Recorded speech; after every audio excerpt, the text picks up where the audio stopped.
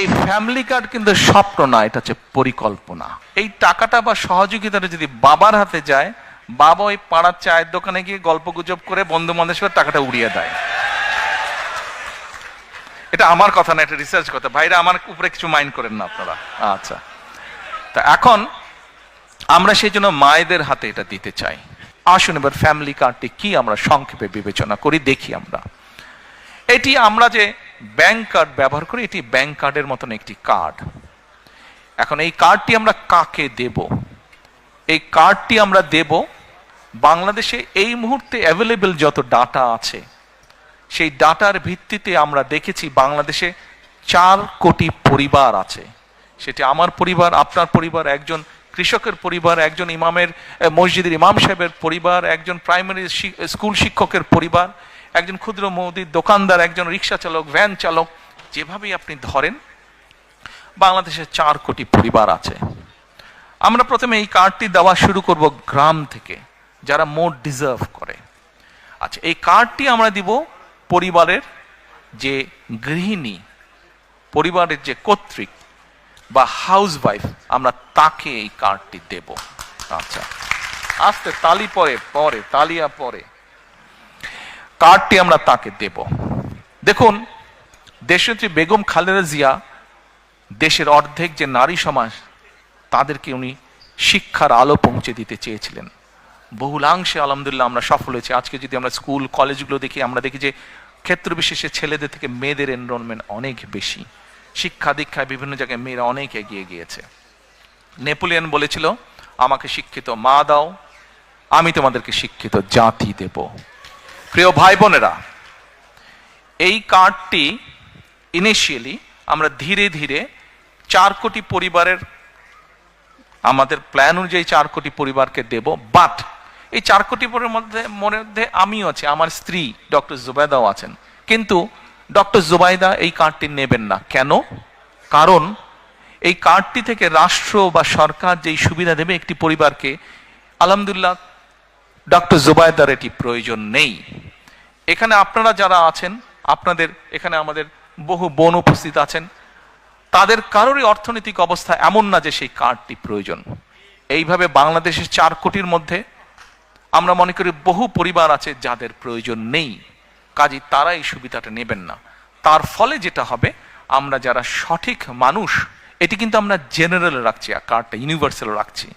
বাংলাদেশে বিভিন্ন সামাজিক সোশ্যাল নেটওয়ার্ক যেগুলো ফ্যাসিলিটি আছে, যেগুলো বেনিফিটস আছে, বিভিন্ন ক্যাটাগরি থাকে। এবং আমরা রিসার্চ করে দেখেছি যে ক্যাটাগরি, এরকম বিভিন্ন ক্যাটাগরি থাকলেই কারাপশনের প্রবাবিলিটি বেড়ে যায়। কারাপশনের প্রবাবিলিটি বেড়ে যায়, পলিটিক্যাল ইনফ্লুয়েন্স হয়, তখন ওইখানে কারাপশন তৈরি হয়। সেজন্য বিষয়টাকে আমরা জেনারেল রাখছি। আচ্ছা, এই কার্ডটি আমরা মহিলাদেরকে দেব।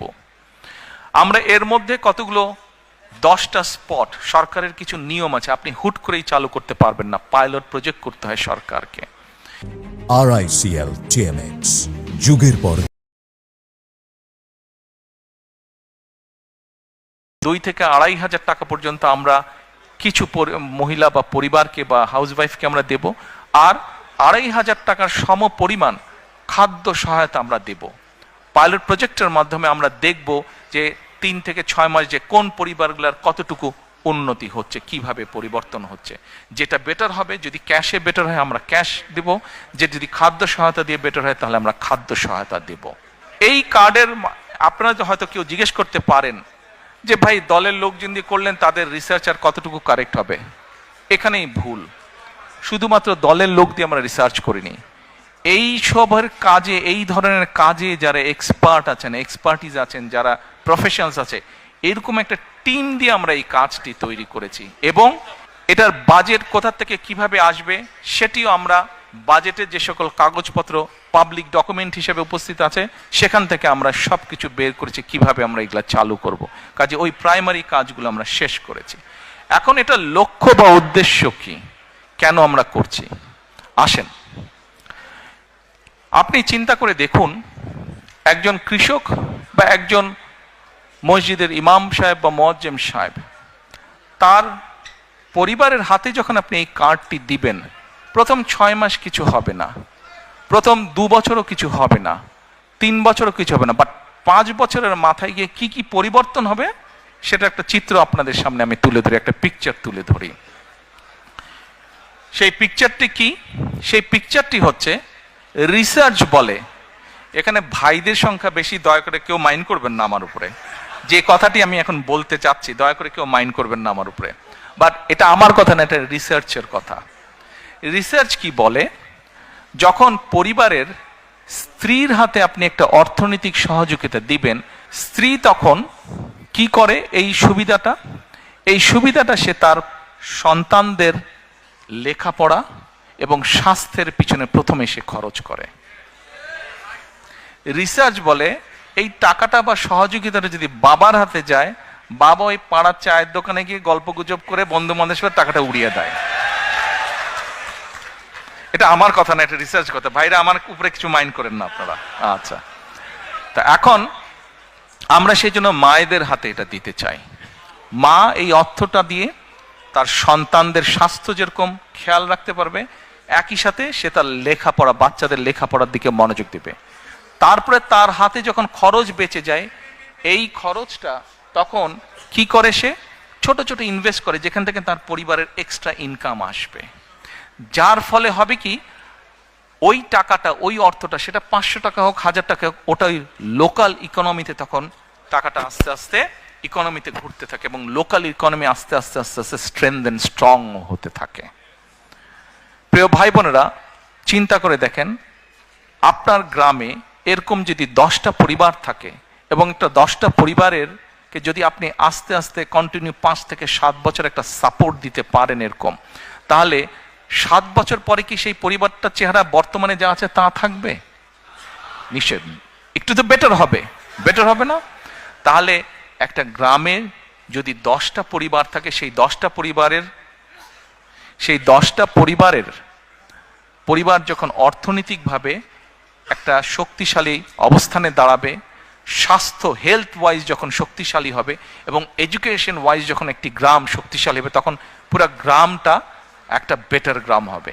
এইভাবে গ্রাম, এইভাবে উপজেলা, এইভাবে জেলা, এইভাবে বিভাগ, এভাবে সারা বাংলাদেশ এক সময় গিয়ে একটা স্ট্রেংথেন অবস্থায়, শক্তিশালী অবস্থায় দাঁড়াবে। এই হলো ফ্যামিলি কার্ডের গল্প।